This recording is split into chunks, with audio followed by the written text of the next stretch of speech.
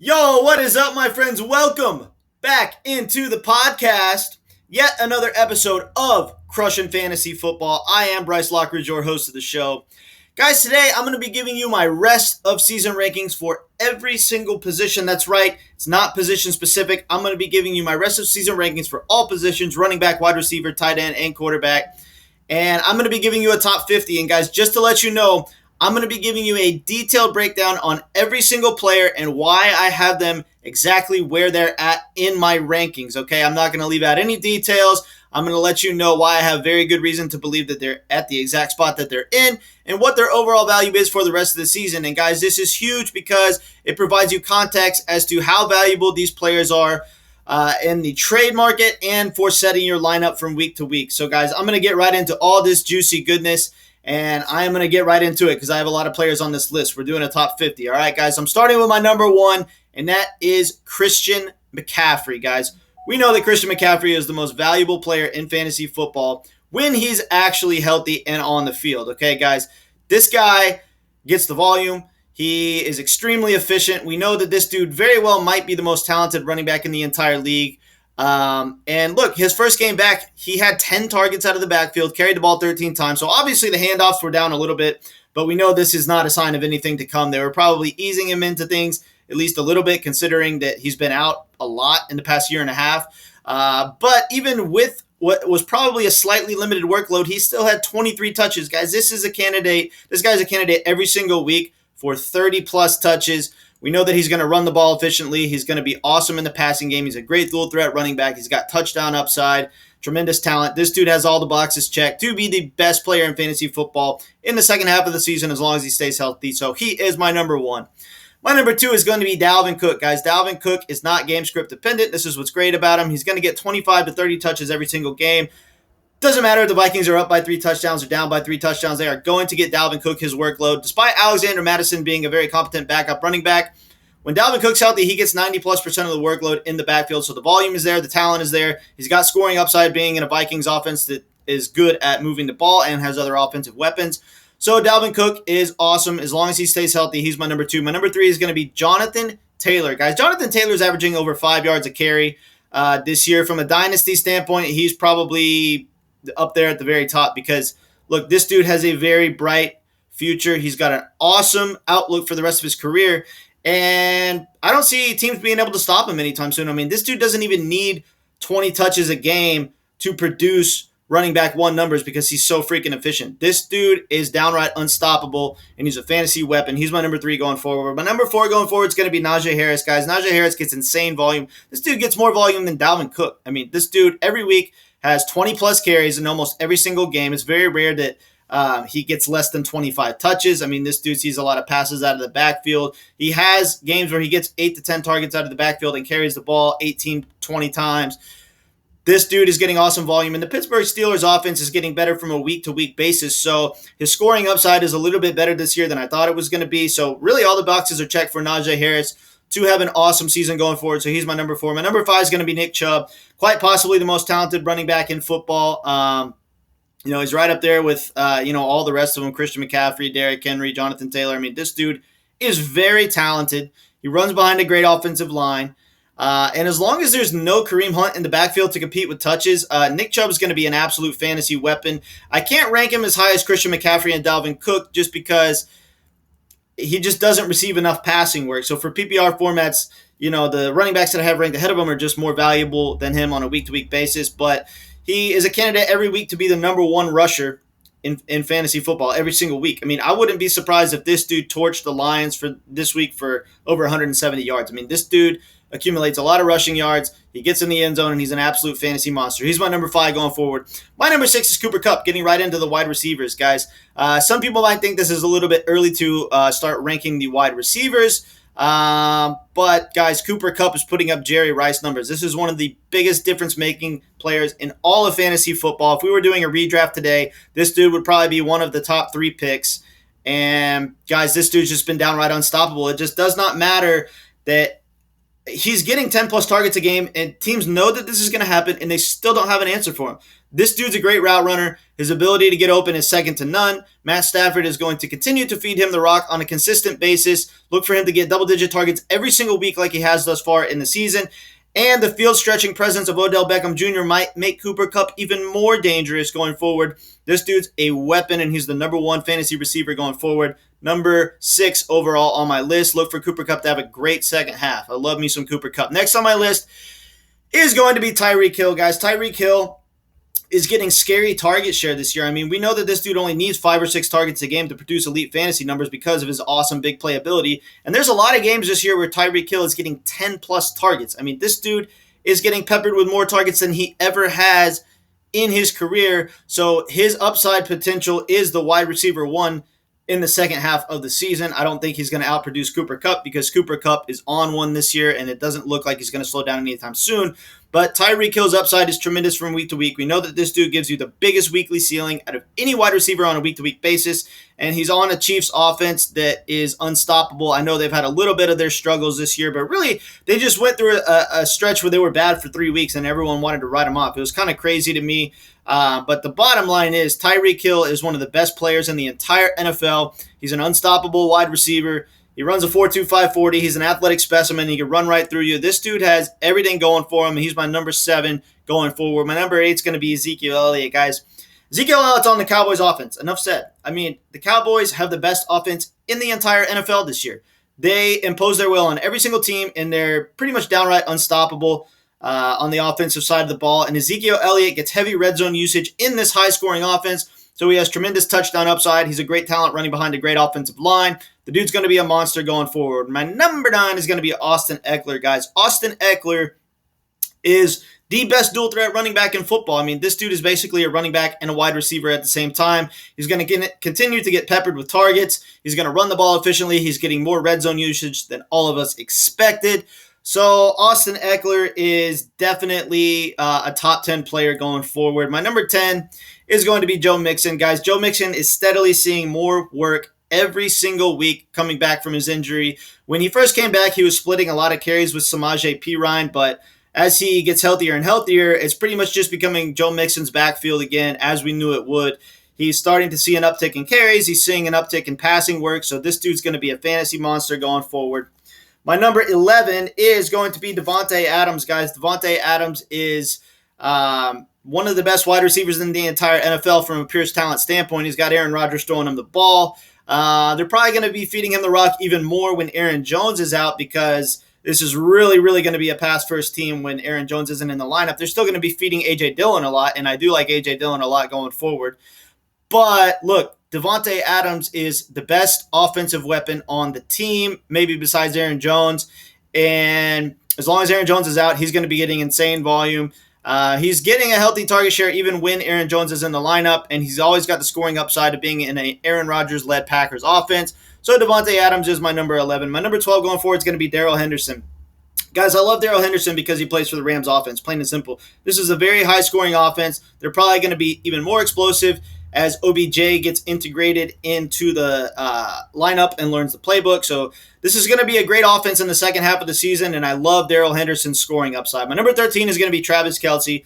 Travis Kelsey, one of the biggest difference-making players in all of fantasy football. His ability to dominate from the tight end position is just absolutely amazing. This Chiefs offense it's an unstoppable offense, guys. I'm telling you, they had that bad stretch, but that's not a sign of things to come. They are probably going to dominate from a week-to-week basis for the rest of the season going forward. Travis Kelsey has tremendous talent.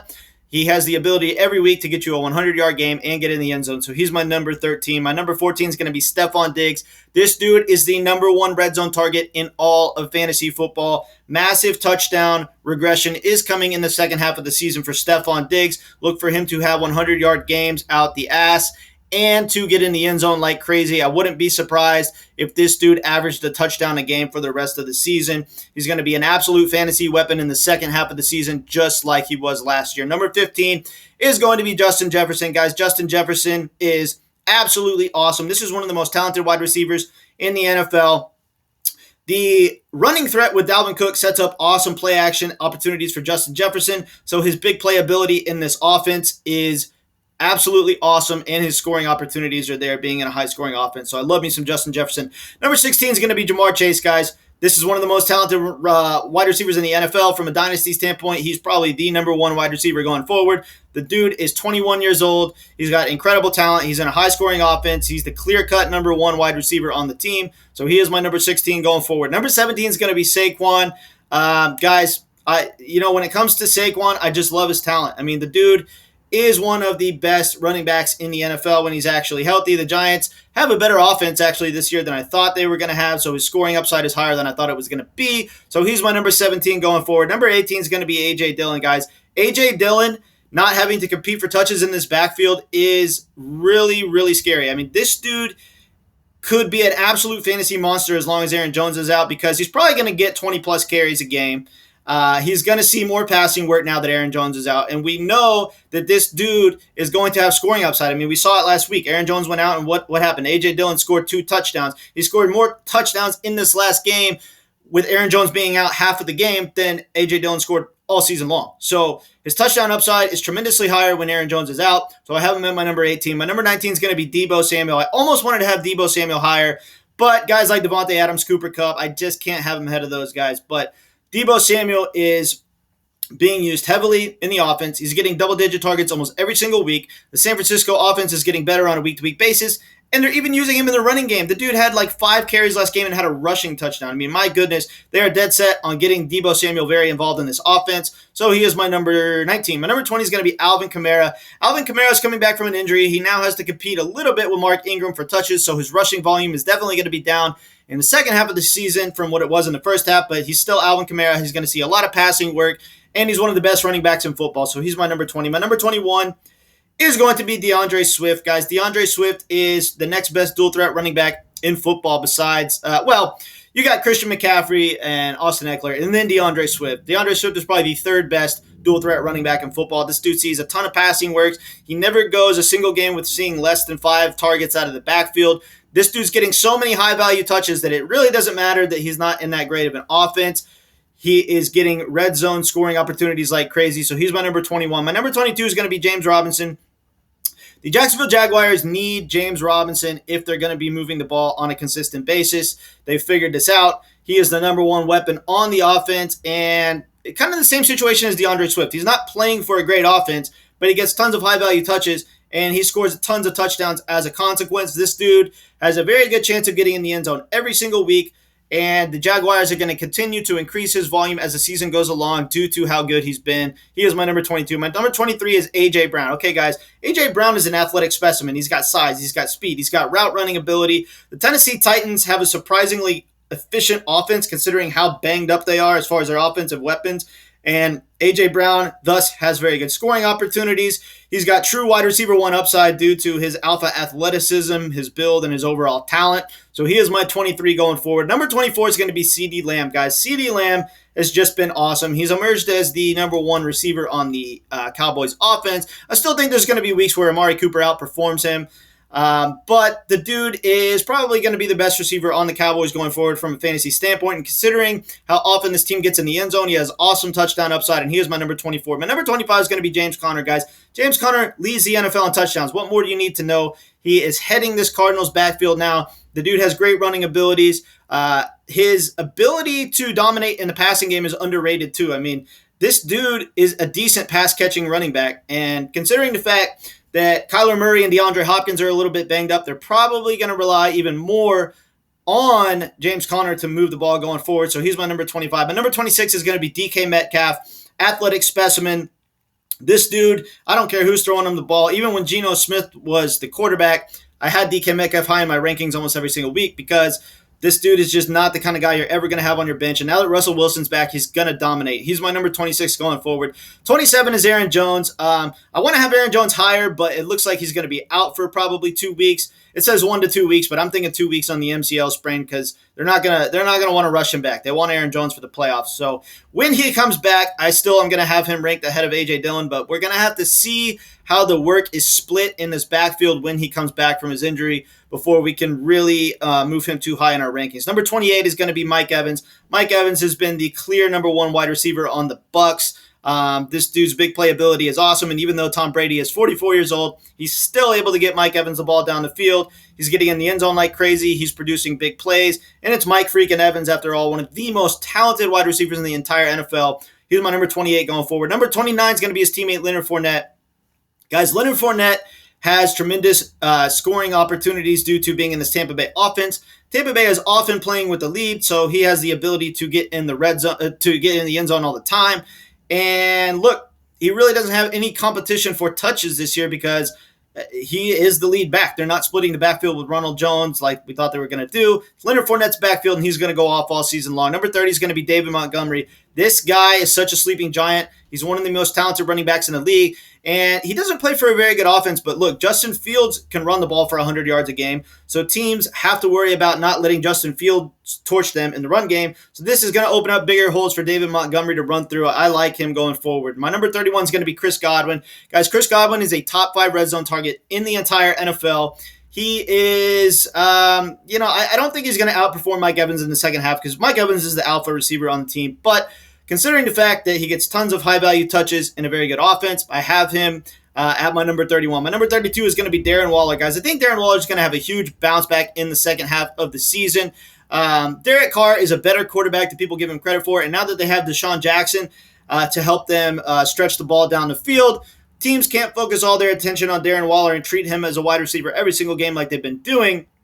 So he's going to be able to get open with relative ease going forward, and I think he's going to dominate in the second half of the season. Number 33 is going to be Eli Mitchell, guys.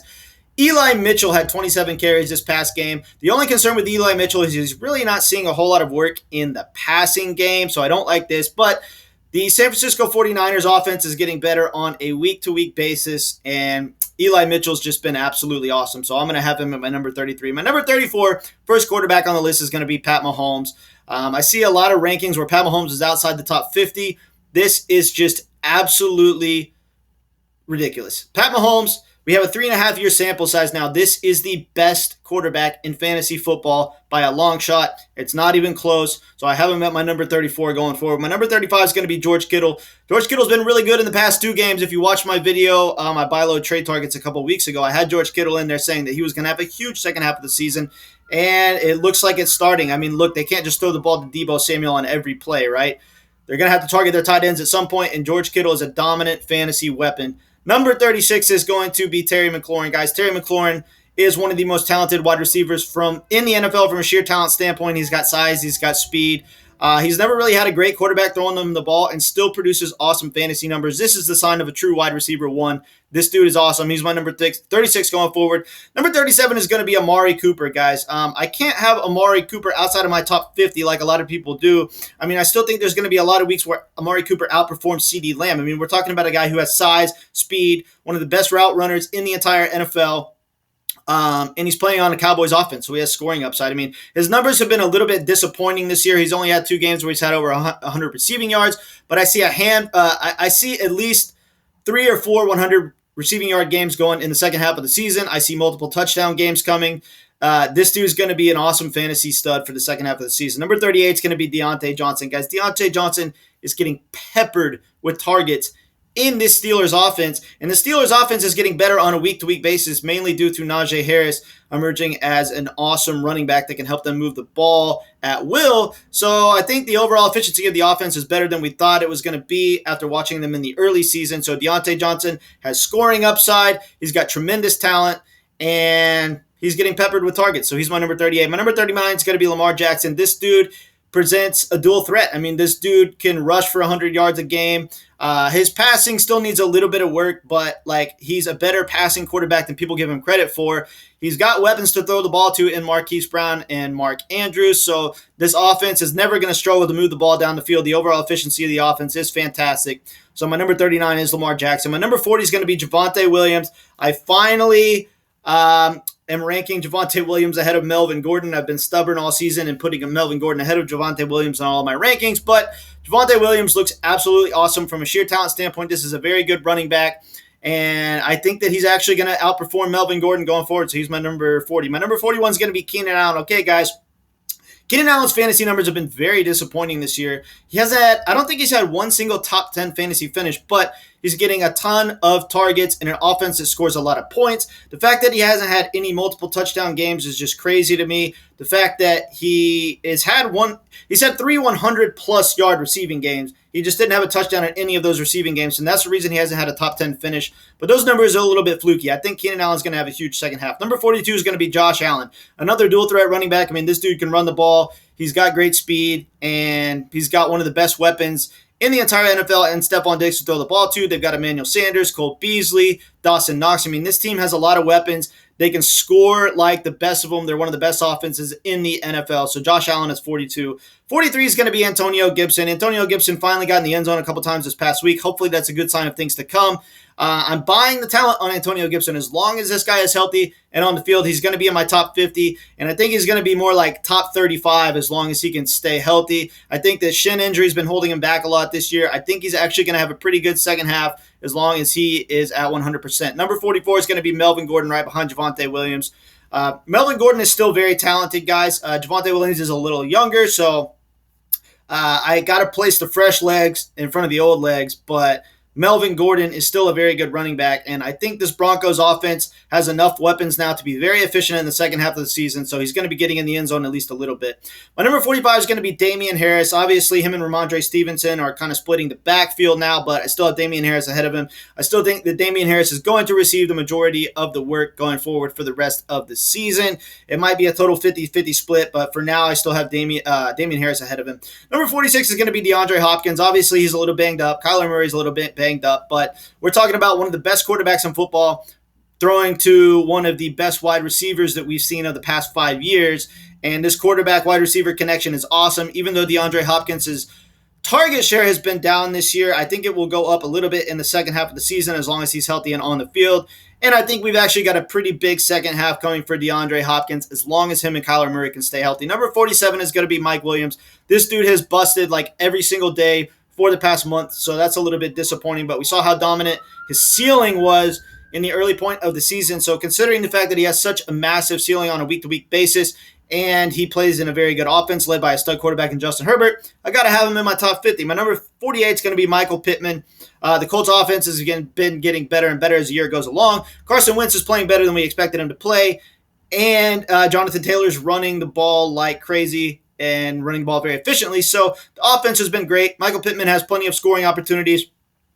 He is a very talented wide receiver in what's becoming a very good offense. Number 49 is going to be T. Higgins. Guys, T. Higgins is going to be dangerous in the second half of the season. This guy is getting immense target share in a very good Cincinnati offense. I obviously can't have him anywhere near Jamar Chase, but I got to have him in my top 50. My very last on the list is going to be Kyle Pitts at the 50 spot. Guys, Kyle Pitts is emerging as one of the best pass-catching tight ends in the NFL. And considering the fact that the Falcons are pretty much going to have to be force-feeding him the ball due to not having that many offensive weapons at this point, he cracks my top 50. All right, guys, I hope this video helped, guys. This is to mainly help you assess value at all of these positions so you know how to set your lineup on a week-to-week basis and to help you reassess value for the trade market. I really hope this video helped, guys, and I will catch y'all later.